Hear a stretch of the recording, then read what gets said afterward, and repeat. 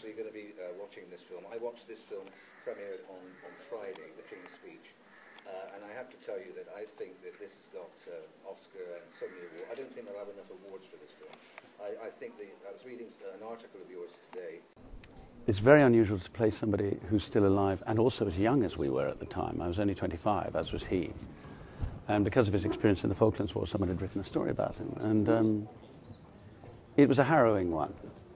His story was an extremely intense, harrowing one. And in order to try to inhabit it, I felt it was, you know, it might come at some sort of cost. And he himself asked me before we started shooting, did you think twice? He said, because I think my story is not an easy, won't be an easy one. Did you ever think twice about the mental cost to you of delving into that? And I thought, yes, I did, but I was only pretending to think about it because actually I would do anything, particularly at age 25. There was a sense of complete and utter recklessness that for the sake of doing my job, I had a huge idealism instilled in me by my drama school, and that there was absolutely nothing that I wouldn't do. And that actually gave me a slight chill because I thought it would be nice to think one would protect oneself. And then you can tell yourself it's only acting, and I think an awful lot of people would sort of chuckle hearing an actor talk about their job as if there were any danger to it at all. But you know, you are experimenting mentally when you do the job, and so it is a question worth asking at least.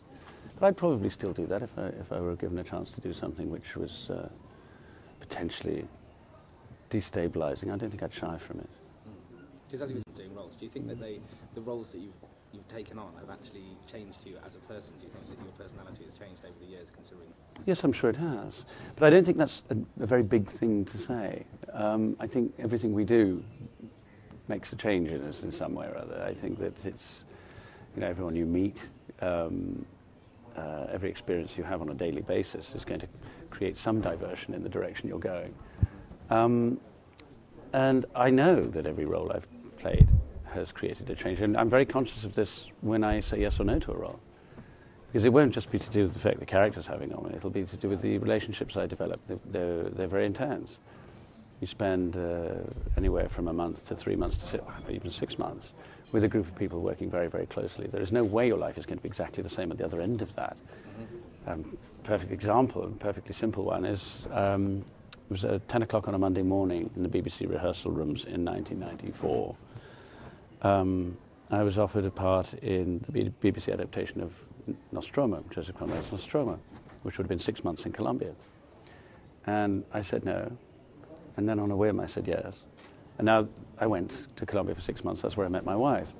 You know, that moment of saying yes and no on a phone was obviously critical, and I think that probably is happening all the time. Not that you don't meet a wife on every film, but I think it is an example of how far it can take you. We create a little mini universe for ourselves every time we embark on a film or a play, and I think it always leaves its mark on you when you come out the other side. Yeah. Now, as far as I'm thinking, is that something that you could live without, or is it? I mean, what's the high points of being famous? Well, being here for a start. You know, there are perks you can't argue with. You can't control it, and you have no right to control it. I'm not a person who subscribes to the idea that because I work in film and that because my work is public, I've signed the rights to my private life over to whoever wants to report on it. I don't see where it's written that we have to do that. So I think that I have a perfect right to do my job, and what I owe to it is to do it to the best of my ability. And I think I have an obligation to promote it and to talk about it for a while, and I think I also have a job to go home at the end of the day. You know, I have a right to do that. Having said that, you know, we get an awful lot of perks. Being well known, having some sort of profile, gives an actor employability. And of course we'd love to fine-tune that so that it doesn't give us any downside. There were years when I was working regularly, and I had enough, there was enough familiarity with me in the business to get me a job, but I didn't get bothered anywhere else. And that's how I suppose I think we'd all want it to be. I don't think we want it to go crazy around us. But it's pretty manageable. I mean, I don't, it's obviously the longer you're in the business, the more people are going to get to know you. I think it's just for being around so long.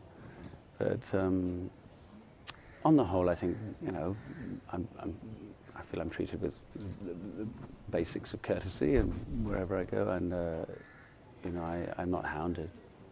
Which is always a good way to be. Yeah. Although with the award season coming up, it might change. Yes, but that's it may or may not be coming up. We don't know yet, and that's its own beast. And I'm pretty well full on the clock during that period of time as well. So it's not as if it's. I think you put your private life on hold when you're promoting a film for a while. Anyway, I've got to wrap up there. Thank you.